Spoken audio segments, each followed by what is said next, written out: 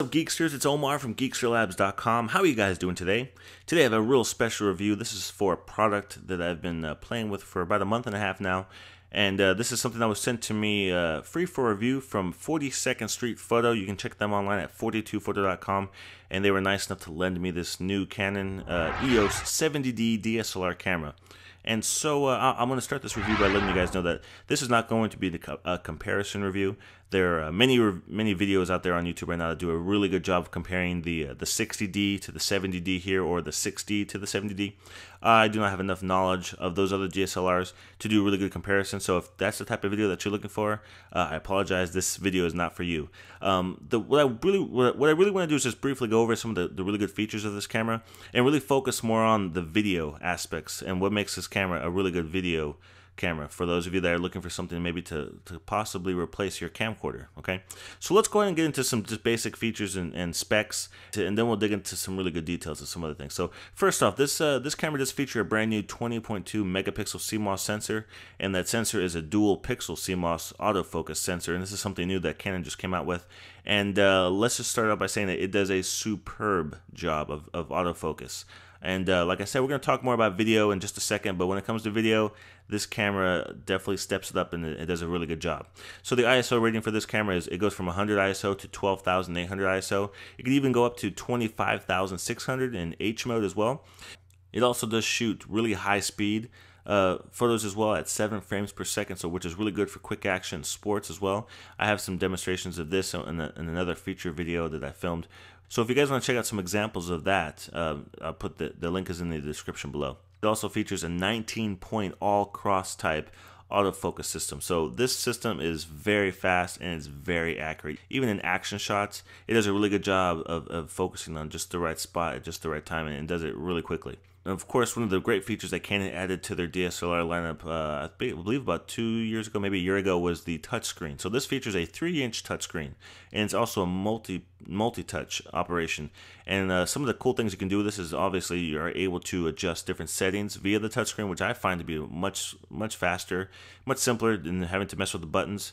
And of course, some of you that are really familiar with the button layout and how to get to the functions and features really quickly using the buttons, you may not ever really mess with the touchscreen. But for me personally, I've been using the Canon EOS T3i for many years now, so I know what the buttons do, but I still kind of appreciate being able to touch the screen and get to them really quickly and be able to see the settings. Also, the good thing about the 3-inch touchscreen is the live view. So even when you're taking still photos, you can switch into live view and you can switch your ISO settings, your aperture. You can tweak all your settings, and it'll show you in live view what your photo will look like, as opposed to changing your ISO setting, taking a picture, look at the screen. Okay, I need to raise up my ISO, raising up the ISO, take another picture, look at the screen. Doing those types of things, you can actually just press. You can actually just do the live view and use the touchscreen for that.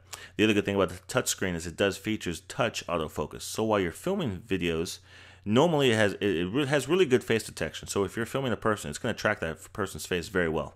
But if you're filming objects, you may want it to focus on an object that's a little bit further away and not so close up. So all you have to do is tap on the screen in the spot that you want it to track, and it will actually track and move. You can see the little picks, the crosshairs on the back of the touchscreen, and it will follow that object around, so it knows that that's what you want it to focus on.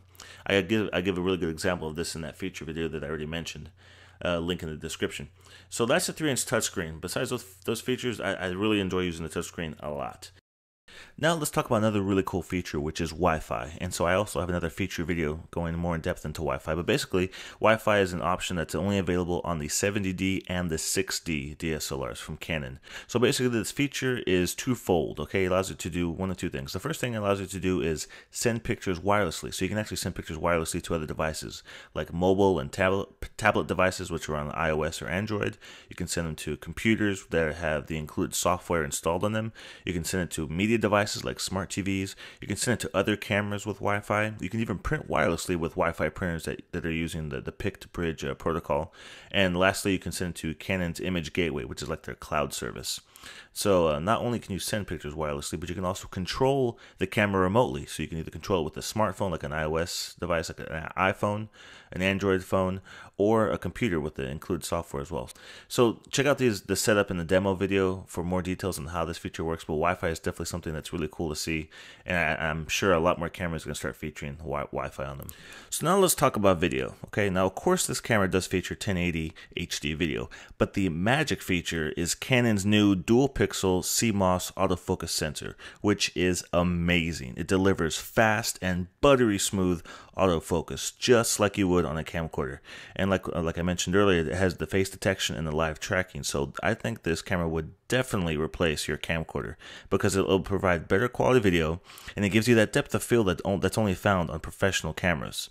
The one thing that would be nice to see is if they could add the dual SD card slots. I know that other DSLRs are starting to feature this, like Nikon. They're starting to offer dual SD card slots. It's not a big deal, but something that would be nice that they added to it.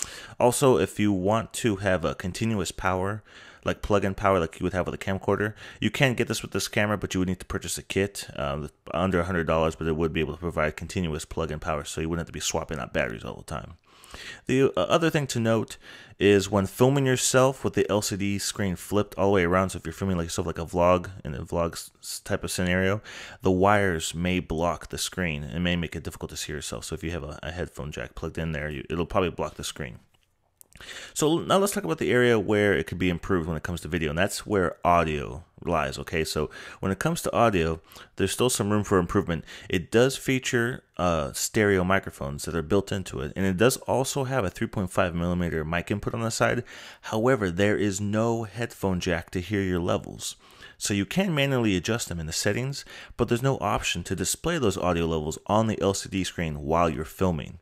So I definitely think this is a must-have to be able to monitor your levels when it comes to pro video situations. But besides that aspect, I think this is definitely a camera that people could purchase if you just want to use it to film video and never take a snapshot or take any pictures. It is just that good of a camera. So this wraps up this review, guys, of the Canon EOS 70D. And once again, big thanks to 42nd Street Photo for sending me this camera and letting me review it for you guys. Now, I don't want to mention the actual price that they sell this camera for, because if you're viewing this video 6 months from after the time I filmed it, then the price won't be the same anyways. But I can tell you, though, that 42nd Street Photo has great prices on all their cameras. And this camera is actually currently marked $200 less on 42photo.com than at big stores like bestbuy.com.